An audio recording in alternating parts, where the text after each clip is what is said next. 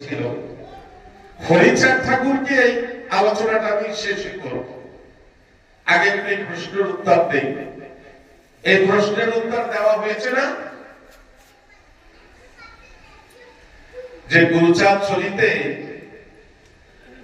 ব্রাহ্মণ দিয়ে বিবাহ শ্রদ্ধার কথা উল্লেখ করা আছে, বা এই বিষয়ে লীলাবলীতে কি আছে? আমরা তো ব্রাহ্মণ ছাড়া ক্রিয়াকর্ম করি না, করি আমাদের ভুলে যেতে হবে আমরা দ্বিজ দিয়ে কাজ করাই না, আমরা ব্রাহ্মণ দিয়ে কাজ করাই। একটা সময় গুরুচাঁদ ঠাকুর ৭২,০০০ অ্যাপ্লিকেশন করেছিলেন এই জাতিকে ব্রাহ্মণ বলে স্বীকৃতি দানের জন্য। তিনি ব্যর্থ হয়েছিলেন।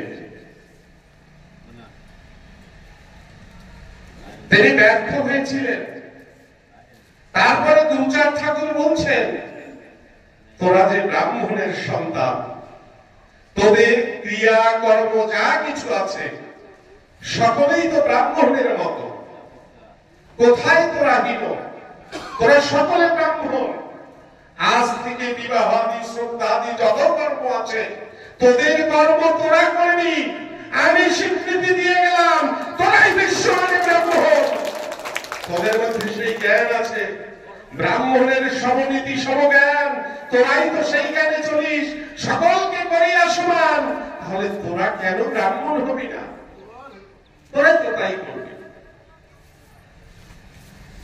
শান্তি বা শিশুকালে কৈশোর বয়সে কাত্যায়নী ব্রত করত দ্বিজ মন্ত্র নিয়ে। তিনি ডাকতেন না। কার পূজা করতেন তিনি বলতেন সবকিছু দিয়ে বলতেন কালী ল, কালী। এখন কালীটা কি এগুলো আমাদের বুঝতে হবে। কালী কি? এক হচ্ছে কাল, আর তার বিপরীত লিঙ্গ স্ত্রীলিঙ্গ হচ্ছে কালী। কাল মানে কালো, কালো মানে অন্ধকার, আর কালীও তাই, কাল কালী। এ মৃত্যু মরণ যার দ্বারা সবকিছু নিশ্চিহ্ন হয়ে যায়। কালী হচ্ছে শক্তি, কাল ও শক্তি। এই জন্য ঠাকুর গুরুচাঁদ বলতেন, এই গৃহধর্ম গৃহকর্ম সকলেই করিবে, হাতে কাজ মুখে নাম করিবে, অবসর সময় পেলে শাস্ত্র গ্রন্থ পাঠ করবে, যদি না পড়ো তো পিছে পড়ে থাকবে। পড়তে হবে, জানতে হবে। সূক্ষ্মতা যদি না জানা যায় তাহলে কিছু করা যাবে না। এ কারণে আমাদের জানতে হবে যে আমরা কি দেব দেবতার পূজা করব না কি করব? হরিচাঁদের পূজা কেন করব? হরিচাঁদের পূজা করলে আর পূজা কেন করব না? আমরা এই দেব দেবতা সম্বন্ধে আমাদের সম্যক ধারণা নেই। একটা বিষয় আমি বলি, শাস্ত্রে যাহা লিখেছে ৩৩ কোটি দেব দেবী, তাই না? এই ৩৩ কোটি কি? কোটি শব্দে প্রকার, ৩৩ প্রকার। এই ৩৩ প্রকার কি? এ হচ্ছে পঞ্চব্রহ্মের শ্রেণীভেদ। পঞ্চব্রহ্ম কি? জল, মাটি, আলো, বাতাস, শূন্য। এই পাঁচে পাঁচ পাঁচা 25। এর এক একটা পাঁচটা পাঁচটা ভাগ আছে। অষ্টবসু অশ্বিনীদয় চিকিৎসা হয় না আমাদের জগতে? এই চিকিৎসা দুই প্রকারের হয়। একটা রসায়ন চিকিৎসা হয় আর একটা সূক্ষ্ম চিকিৎসা হয়। যেমন আমরা জড়িবুটি খাওয়াই না, ওষুধ আদি খাওয়াই না। আর একটা চিকিৎসা আছে, কোন ওষুধ আদি লাগে না। সেটা যেমন কষা কয় প্রকারের হয়? এরকম ভাগ ভাগ আছে। কোন রোগী গেলে বলে তুই একটু সময় রৌদ্রে বসে থাকবি, এলো নিকষা চিকিৎসা, কোন রস নাই। আবার কেউ বলে এই গাছের পাতা দিয়ে তুই পথ্য করে খাবি, এর রসালো চিকিৎসা। এইরকম করে 33 প্রকারের ভাগ আছে। ব্রহ্ম উৎপত্তি বস্তুর মধ্যে যে গুণ থাকে তাকে দৈব বলা হয়। এই দৈব সত্তাগুলোই হচ্ছে দেব দেবী, আর কিছু না। আমরা বেঁচে আছি যে শক্তি বলে, পঞ্চমহাভৌতিক যে শক্তি, সেটা যখন একত্রিত হয় সেই শক্তিকে ঊর্জা বলে। এই ঊর্জা হচ্ছে শিব। এই ঊর্জা কিভাবে অনুভূত হয়? দুটো হাসে ঘষা দিলে, এইভাবে ঘষতে থাকলে এই দুইটার মধ্যে একটা কম্পন থাকবে, শরীরে ছড়িয়ে পড়বে। ঊর্জা যে আছে এটা প্রমাণ করা যায়। তার মানে এক মৃদু কম্পন চলছে জগৎ ব্রহ্মে, সেটা সর্বত্র আছে, একটা ধূলিকণার মধ্যেও আছে, কোথাও থেমে নেই। ব্রহ্ম সদা ক্রিয়াশীল, এই অবস্থাকে শিব বলা হয়। কিন্তু এটাকে বোঝাতে মুনি ঋষি যারা ছিলেন তারা জ্যামিতি করেছেন। জ্যামিতি আমরা জ্যামিতি করি না? বিন্দু কাকে বলে তা বোঝাতে গেলে কি করতে হবে? একটা খাতা তো লাগবে নাকি? খাতা ছাড়া বিন্দু দেখানো যায়? দেখানো যায় না। তাহলে কলম দিয়ে একটা ফোঁটা দিলাম, সেটা চোখে দেখলাম, তার দৈর্ঘ্য নাই, প্রস্থ নেই, বেদ নেই, তাকে বিন্দু বলে। ত্রিভুজ আঁকলাম, ত্রিভুজ তিনটে কোণ হলো, আর ত্রিভুজ তো আর এক প্রকারের হয় না, হয় না। এইরকম করে শক্তিকে চিহ্নিত করানোর জন্য, সহজ করে বোঝানোর জন্য যে অঙ্কন হয়েছে, সেই অঙ্কন থেকেই এই দেবমূর্তি সৃষ্টি হয়েছে। আর তার সুবিধা ভোগ করছে এক শ্রেণীর মানুষ। মুনি ঋষিরা ভুল করেনি, তারা শুধু বুঝিয়েছে। দেখো এই দশ মহাবিদ্যা, দশ মহাবিদ্যা কোথায় আছে? প্রকৃতিতে আছে। সে সকলের মধ্যেই চলছে দশ মহাবিদ্যা, আর সেটাকে একটা বিকৃত রূপ দান করে সেখানে সে মন্ত্র তৈরি করলো আলাদা করে। এই জন্য শান্তিমাতা, যিনি প্রধান মাতৃশক্তিকা, কাত্যায়নী নাম যার, দ্বিজ মন্ত্র বিনা তার করেছেন পূজন। তাহলে শান্তিমা কি বলতে চেয়েছে? এই শক্তিগুলোকে ধারণ করো, তার জন্য কোন দ্বিজ মন্ত্রের প্রয়োজন নেই। আমার বাবা হরিচাঁদ, তিনি আমাদের সেই শিক্ষাগুলো দিয়েছেন। একটু একটু করে আমাদের সেই শিক্ষাগুলো বুঝতে হবে। আমাদের নিজেদের ছোট মনে করলে হবে না, কিন্তু যে আমরা ছোট, এটা নয়। আমরা কেউ ছোট নই। যদি বর্ণভেদের কথা বলি, সেখানে তো যা করা আছে তো তা করা আছে। আমরা কোন ব্রাহ্মণের বিরুদ্ধে নই, ব্রাহ্মণ্য মতবাদের বিরুদ্ধে। সুস্না, এটা ধরিস না, ওটা ধরিস না, তুই এটা শুনতে পারবি না, এগুলোর বিরুদ্ধে আমরা।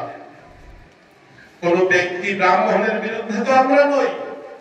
মতুয়া ধর্ম সে কথা বলে না। অক্ষয় চক্রবর্তী, রাধাচরণ চক্রবর্তী, এরা তো ঠাকুরের পরম ভক্ত ছিলেন, তারাও ব্রাহ্মণ ছিলেন। কারণ তারা বুঝতে পেরেছিলেন পূর্ণ ব্রহ্ম যেই কুলে নামে, সেই কুল যদি অধঃপতিত হয়, তারাই জগতে শ্রেষ্ঠ ব্রাহ্মণ বলে আজ্ঞা পায়। এখন হরিচাঁদ পূর্ণ ব্রহ্ম, তিনি পতিতের ঘরে এসেছেন। তাই ওই জাতি আর পতিত নয়। আজ হোক, কাল হোক, বিশ্বের বুকে তারাই শ্রেষ্ঠ মান্য পাবে।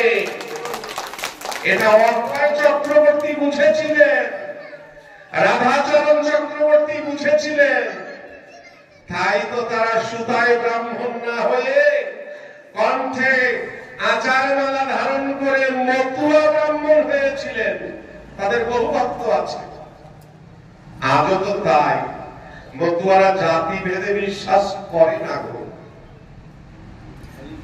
এ কারণে কখনোই আমরা হরিনাম বিনা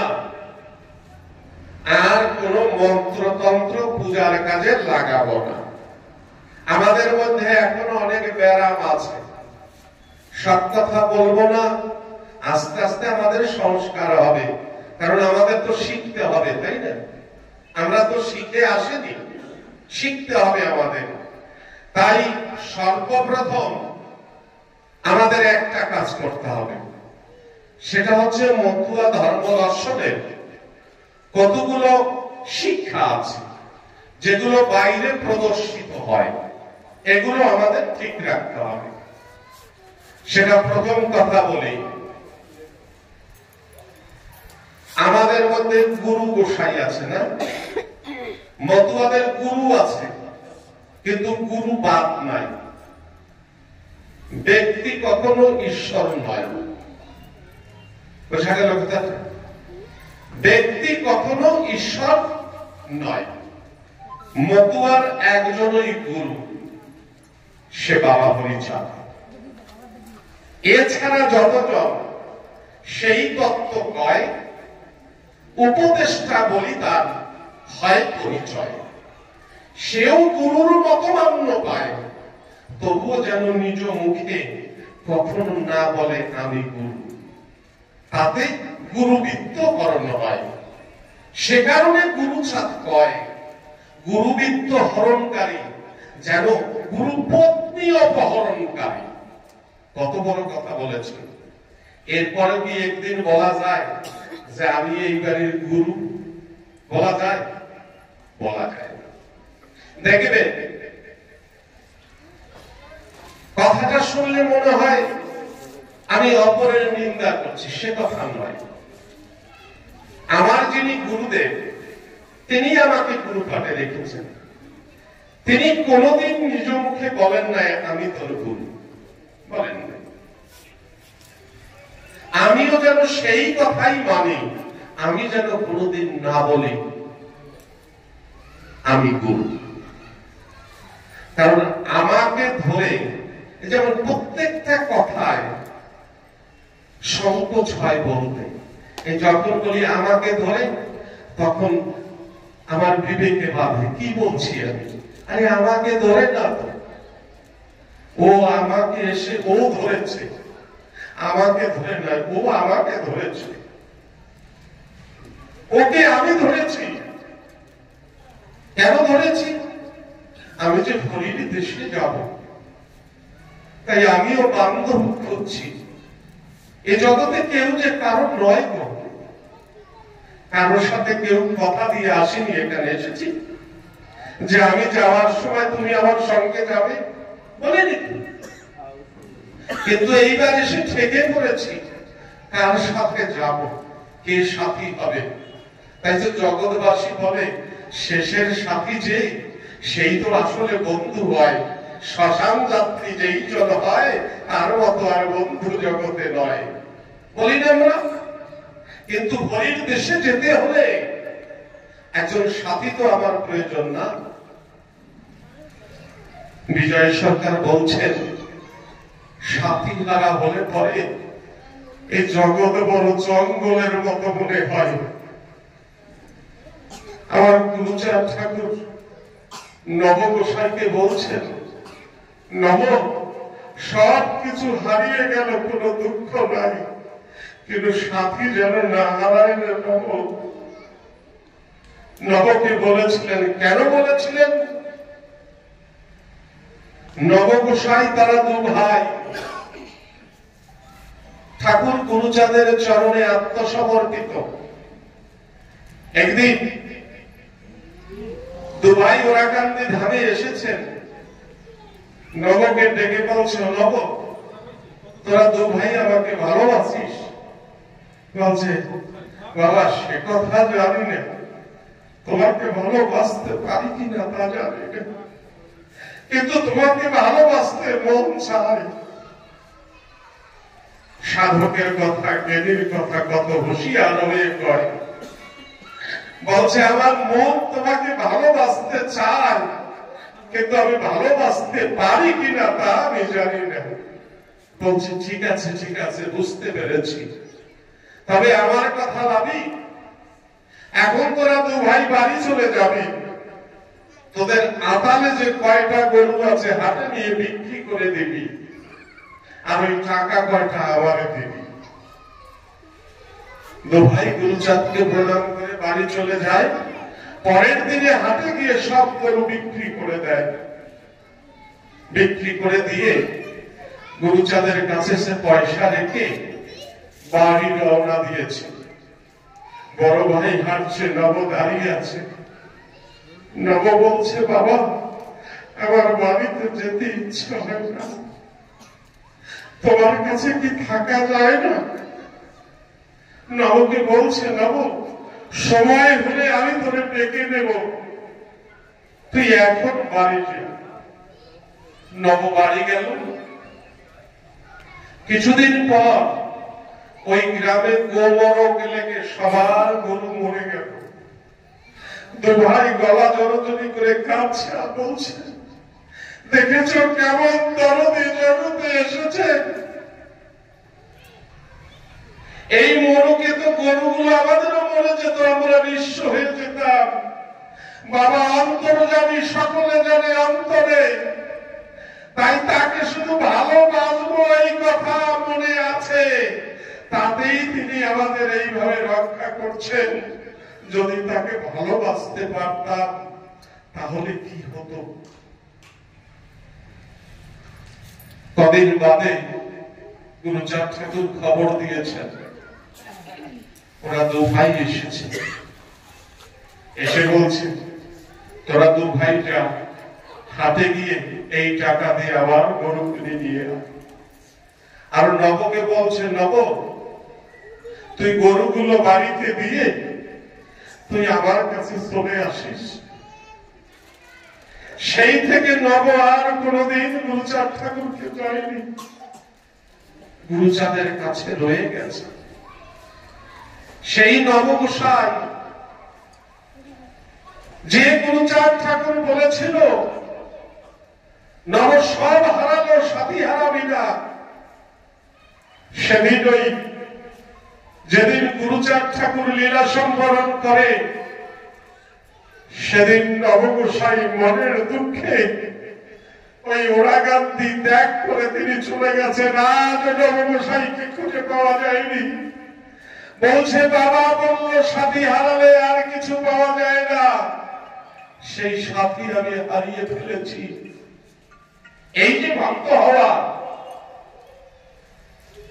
তাহলে ঠাকুরের প্রতি কতটা অটল হলে এইরকম ভক্ত হওয়া যায়। আমি তো অহংকার, যশ, মান, এগুলোকে ঠাকুর শুকরের বিষ্ঠা বলেছেন। কোন প্রয়োজন নাই এগুলো। আমি তার কাছে কতটা খাঁটি হতে পেরেছি, এটাই সব থেকে বড় কথা। তুমি আমাকে বড় গোসাই বললে, তুমি আমাকে শক্তিশালী গোসাই বললে, ওতে আমার কিছু আসবে যাবে না। আমি যদি তার কাছে খাঁটি না হতে পারি, আমার তো কেন যাবে না, সেদিন তুমি আমাকে কিছু করতে পারবে না।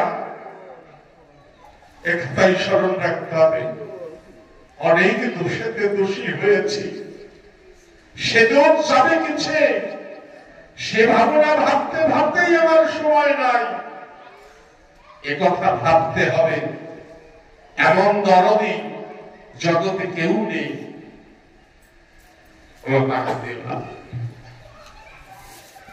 ঠাকুরের কতগুলো শিক্ষা।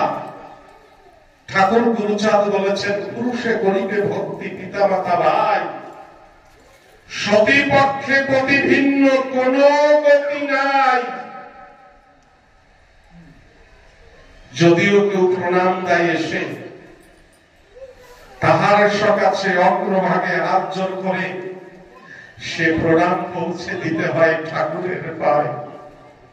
জানি না তো ও এসে কিবা বাঞ্ছা করে ওর কাছে, কিবা শক্তি আছে ওর বাঞ্ছা পূর্ণ করি, এ সাধ্য তো আমার নাই, আছে নাই? তাহলে সে প্রণাম, যার প্রণাম তার কাছে পৌঁছে দাও।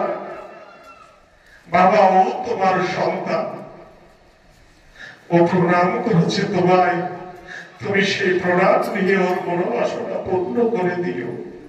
এইটুক শুধু বলা যায়, প্রণাম হজম করা যায় না, অত সোজা না।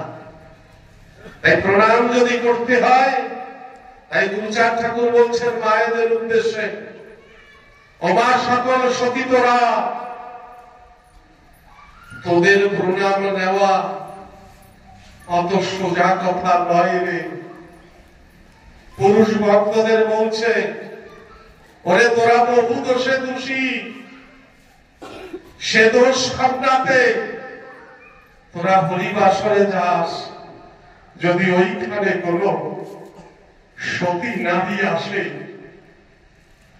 কোন পবিত্র নারী আসে, তার অঙ্গের বাতাস যদি তোর গায়ে লাগে, তাহলে সেদিন তুই ধন্য হয়ে যাবি। মায়েদের কাছে আমিও ঋণী রে। মায়েদের জগতে কোন সাধন ভজন লাগে না। কেন লাগে না? ওরা যে গর্তে ধরতে পারবে। আমি স্বয়ং ঈশ্বর, আমাকেও জগতে প্রকাশ হতে হলে ওদের গর্ভে যেতে হয়। তাই যে সেই স্বয়ংকে গর্ভে ধরতে পারে, তারা ধরতে পারে জগতে এমন কেহ নাই। তার প্রণাম কি নেওয়া যায়? মায়ের প্রণাম সন্তান কখন নিতে পারে না, তবুও তো ভক্ত রূপে সে প্রণাম দেয়। কখন বাদ বিচার রবে না, যখন উত্তাল তরঙ্গে হরি কীর্তন হবে, হরিনামের প্লাবন ছুটবে, আমি নারী কিংবা পুরুষে জ্ঞান রবে না, সে সময় কিন্তু আর কোন বিচার থাকবে না। কিন্তু যতক্ষণ হুঁশ আছে, ঠাকুর গুরুচাঁদ তাই বলছেন, আমি গিয়ে হুঁশ হারাইও না। এজন্য মায়েদের বলি, এক স্বামী ভিন্ন আর কারো পায়ে হাত দেওয়ার নিষেধ। কারণ হয় তোমার ক্ষতি হবে, নয় যাকে প্রণাম দিয়েছ তার ক্ষতি হবে। তাহলে জেনে শুনে পরের ক্ষতি কে করে? করা উচিত নয়। তাই মায়েরা কি করবে? বাবাকে পায়ে হাত দিয়ে প্রণাম করতে পারে যদি কুমারী না হয়। কুমারী যদি না হয়, বিবাহ হয়নি এখনো মেয়ের, সে মেয়ে বাবার থেকেও বড়।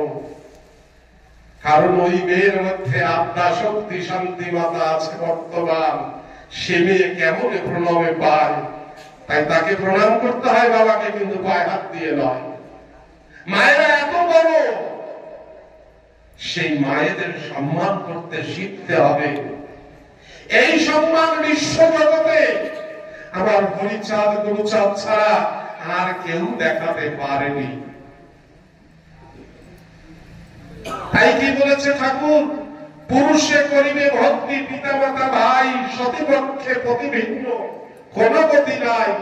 সতী নারীর প্রতি হয় পর্বতের চূড়া, অসতীর প্রতি যেন বাগানার গুড়া।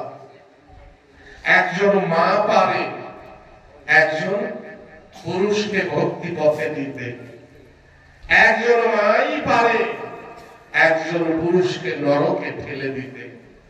তাই মায়েদের সব থেকে বড় ভূমিকা আছে এই জগৎ সারাতে। অনেক কথা গুরুচাঁদ চরিত, সৃষ্টি হরিলীলামৃতের মধ্যে যা যা রেখে গেছেন, সবটা আমাদের জন্য, আমাদের জীবনটাকে করার জন্য। আমরা যারা এসে গেছি, তারা আর কিছু সারাতে পারবো না, পুতুল গড়ানো হয়ে গেছে, কিন্তু সেই পুতুলটাকে একটু সাজাতে পারবো। গড়ানো যা হয়ে গেছে, গড়ানো হয়ে গেছে, সেটা সাজানো যায়। তাই কি দিয়ে সাজাতে হবে? আমার হরিগুরু চাঁদের আদর্শ দিয়ে সাজাতে হবে। এই জগতে এই যে যত ভক্তরা আমরা এসেছি, আমাদের প্রত্যেকের সংযোগ আছে ঠাকুরের সাথে, প্রত্যেকের। ঠাকুর বলছেন, মতুয়া ভাই ইহকালের ভাই, পরকালেরও ভাই। তাই না? যদি এই কথা জানি, তাহলে শুধু শুধু একজনের প্রতি সে নয়তো একটু দোষ করেছে, তাই সঙ্গে সঙ্গে তার সাথে ক্রোধভাব দেখাতে পারি কি? পারি না। তাহলে প্রত্যেকের ঘরে যদি প্রত্যেকে সংযত হই, তাহলে আমাদের ঐক্য থাকতে আর কোন সমস্যা থাকবে না। একটা কথা মনে রাখতে হবে, এই জাতির উৎখানে আমাদের ছাড়া অন্য কোন সম্প্রদায় বা অন্য কোন জাতির মানুষ আমাদের কিন্তু সহযোগিতা করে না। আমরাই আমাদের করেছি। কখন থেকে পেরেছি? যখন থেকে বাবা গুরুচাঁদের আবির্ভাব হয়েছে। বাবা গুরুচাঁদ হচ্ছেন স্বয়ংভূ।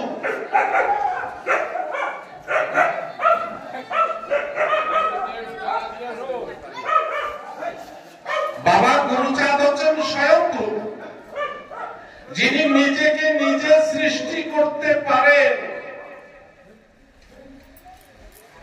আমরা যে নমশূদ্র জাতি হয়েছি, কোন মানুষ আমাদের নমশূদ্র জাতির আখ্যান দিয়েছে? কোন রাষ্ট্র দিয়েছে? কোন অন্য সমাজ দিয়েছে? দেয়নি। আমরাই আমাদের এই অধিকার ছিনিয়ে এনেছি। সেই অধিকারের নেতৃত্ব দিয়েছে বাবা গুরুচাঁদ ঠাকুর। বাবা গুরুচাঁদ ঠাকুরের ইচ্ছা ছিল আমরা শুধু নবজাতি বলে পরিচয় পাবো। ওরা কি দিয়েছে? ওরা এই সূত্র তৎনাতাটা ওইখানে জুড়ে দিয়েছে। ওইটা যাতে বাদ না যায় আমাদের মধ্যে থেকে, কিন্তু ওইটাকে বাদ দিতে হবে আমাদের। আমরা নমস্য জাতি, এটা আমাদের মনে রাখতে হবে। কিন্তু শুধু মুখে নমস্য জাতি বললে হবে তো না। নমস্য মানে কি? আমি সকলের প্রণাম পাবো, তাহলে প্রণাম পাওয়ার যোগ্য আমাকে অর্জন করতে হবে। এই জন্য ঠাকুর গুরুচাঁদ বললেন, প্রত্যেকটি ছেলে মেয়েকে লেখাপড়া শেখাও। এগুলো তো পুরো পুরো বলার প্রয়োজন হয় না। কেন বলেছিলেন? এই কারণে, বিদ্যা যদি পাও কাহারে ডরাও, কার দ্বারে চাও ভিক্ষা। সব কিছু পাবে, কালে হবে তার পরীক্ষা। কিন্তু আজও আমরা সে জায়গায় পৌঁছাতে পারিনি। একটু হিসাব করে কথা বলতে হবে আমাদের। এই অধিকারটা আমাদের আনতে গেলে সর্বপ্রথম যেটা, সেটা হচ্ছে যে যেই এলাকায় আমরা আছি, যেই লোকালিটিতে আমরা থাকি, সেই লোকালিটি যেন একত্রিত থাকে। তাই না? ওই বাংলায় কি হলো, ওই ঠাকুরবাড়ি কি হলো, সেটা কথা নয়।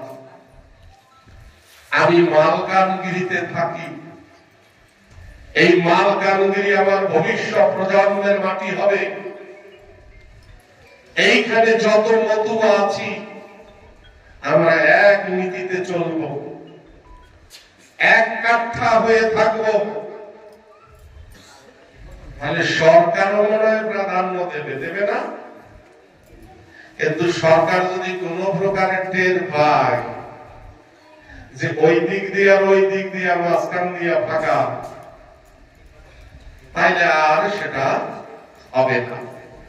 এই জন্য গুরুচাঁদ ঠাকুর বলছেন, তোমরা যে যেখানে আছো, যে যেখানে থাকো, বাঁশের ঝাড় হয়ে থাকো, যত বড় ঝড় আসুক তোমাদের ভাঙতে পারবে না। এইটা করতে গেলে যেটা প্রয়োজন হবে সেটা হচ্ছে নিজের অহংকার, যশ, খ্যাতি, এগুলো ত্যাগ করতে হবে। এটা যখন ত্যাগ হবে অটোমেটিক্যালি সেটা হয়ে যাবে। আমাদের ভাবার বিষয় রয়েছে